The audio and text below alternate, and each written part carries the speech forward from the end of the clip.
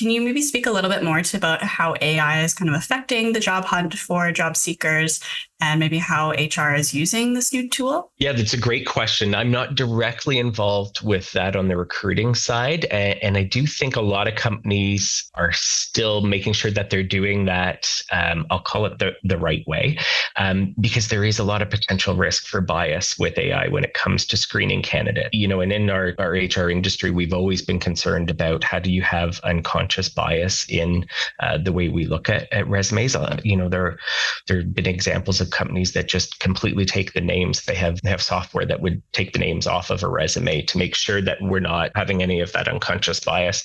So AI is still, it's coming quickly, but there's still some things I hope that every company is doing diligence to make sure that they're taking the most ethical approach possible to how they manage. I think what that means for any of us as job seekers is, I don't know that it changes necessarily. You still want to have the facts, you want to have the data, you want to tell your best story of who you are and what you do really, really well.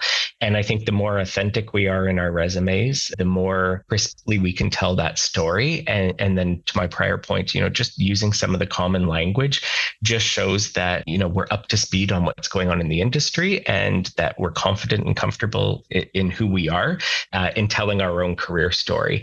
I think, whether it's a human or an AI, if you're doing that, it's going to pick up. And it's really about matching your capabilities, your interests to the right opportunity at the end of the day. Yes, that's a good point. AI and humans kind of pick up on the same things and those keywords. You hope so, yeah. I guess so. Yeah, you hope that they are. I'm just curious, I guess, with LinkedIn, as it is social media, though it is a tool for job seekers, some people choose maybe to leave out the About Me section, or they don't include the description of their job, but it's on their resume. So I'm just curious if you're finding that more people should be disclosing more on their LinkedIn about themselves, about their, previous job description or previous job history. Other than just saying, I worked here from this date to this date, I was this role, to actually go more in depth and say what you did and have those quick hit sound bites, like you said, that you generally have in your resume. Yeah, and that is my personal preference, and my recommendation to friends in my network who would ask me would be, put a little bit more detail in there. So it's great to see, you worked for company X for 10 years and you held these 5 jobs or positions in your time there.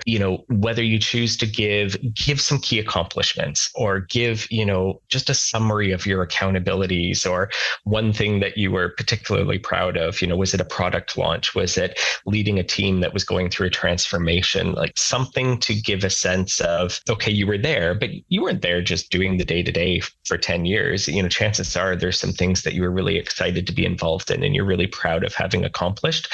Those accomplishments will tell a lot about the skills and capabilities, the experiences you've had, so that the next potential employer can look and say, oh, you've done that here. I could really use somebody like that over there. So you want to have enough meat on the bone of your profile that somebody or the AI can pick that up and help to connect those dots. And do you think that maybe resumes or LinkedIn is becoming closer to an equal importance to a resume? Like if someone doesn't have a LinkedIn and they're submitting an application for a job, do you think that's a bit of a red flag potentially? I don't know about a red flag. And I guess it's hard to say. So in my experience, I've worked for very large employer, like every employer I've worked for has been, 30,000 people globally or bigger. So I'll just, the caveat here is working for large employers, they're going to invest in relationships. So LinkedIn is a free platform for all of us.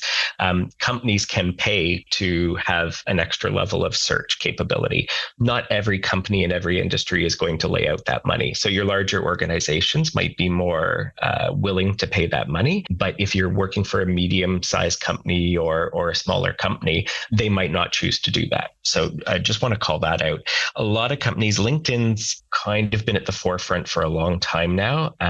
But that's not to say that, there are many employers who are posting there, but they're also posting to Indeed, and they're taking those applications. So LinkedIn isn't the only option. It's one of the bigger ones between LinkedIn and Indeed. Off the top of my head, I'd say those are two of the primary sources that I see most in my experience. Awesome. Yeah. And I guess maybe red flag was too harsh. Maybe I mean more like beige flag, or like it makes you think, oh, I wonder why. But lastly here, what can new hires do to ensure a smooth onboarding process and make a positive first impression? Yeah, I love that question, because we put so much energy and enthusiasm into getting the job, and then you show up day one, and sometimes I'm sure you've heard it. We always use the phrase in people that I talk to is drinking from the fire hose. There's so much to learn, which is exciting, but I'm sure it's a little intimidating at the same time. What I've always tried to do, and the advice I give to people in my network, is take the time to listen and learn. It's one thing to want to jump in and prove yourself very, very quickly, but there's so much to learn when you're coming into a new company. It's got a new culture. Maybe there were ways of doing things with your last employer, and they're subtly different or slightly different in this one. You really want to learn how people operate, how decisions get made, and how work gets done. And that's going to take a little bit of time to listen. So you don't have to completely hold back. You certainly are encouraged to speak up, share your ideas and opinions from day one, but really listening and paying attention to the differences between, wherever you were last and this new organization is going to help. So listen and learn. And then I would also say, focus on the relationships is something I've always found helped me be set up for success very quickly in a new company. So people are people everywhere we go. Building those relationships more often than not, the quicker you can build a relationship and earn the trust of the people you're working with, and for you to trust them, that's going to smooth the path to all sorts of things. It's going to help you make decisions more quickly, take action more quickly. And if you do have small moments where you stub your toe, you make small mistakes, we all do, but the trust you've managed to build in your early days is just going to be that much more helpful. When you do have a small error, then people are going to say, oh my gosh, I know this person. That's no problem. Like, we're going to get past this very quickly.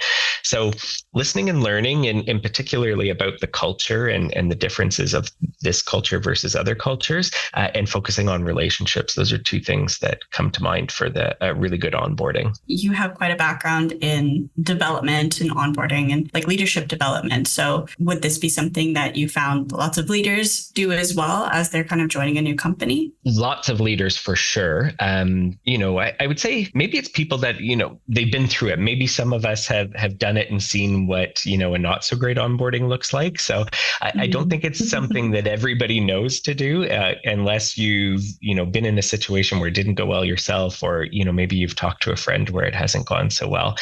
Sometimes I think we're just so excited in that moment, we don't think a lot about the onboarding. So I don't know that everybody does it, but I think, the deeper you get into your career, the more you realize, oh my gosh, this is really helpful, and this is going to set me up for success. Definitely. And I love what you said of take time to listen and learn. I think job seekers can get very focused on proving themselves in the initial stages, in the interview, the resume, cover letter, right? And now we've made it in the door, but now's our time to soak in and drink from the fire hose, so to speak. Mm-hmm. Rather than just proving ourselves. And now we're trying to learn and then give back through that learning. Well, absolutely. And in the way you said that just made me realize, like, when I say listen and learn, it's also, making sure that we're not trying too hard too early. And I have seen people in my career who have come in and right from the get-go, they're saying, well, that's not how we did it at my last company. And I don't understand why we're doing that. And, I'm a big believer we have to respectfully challenge when we have a different perception, but the way we challenge, that really says a lot about how we build relationships and earn trust. And if we come in on day one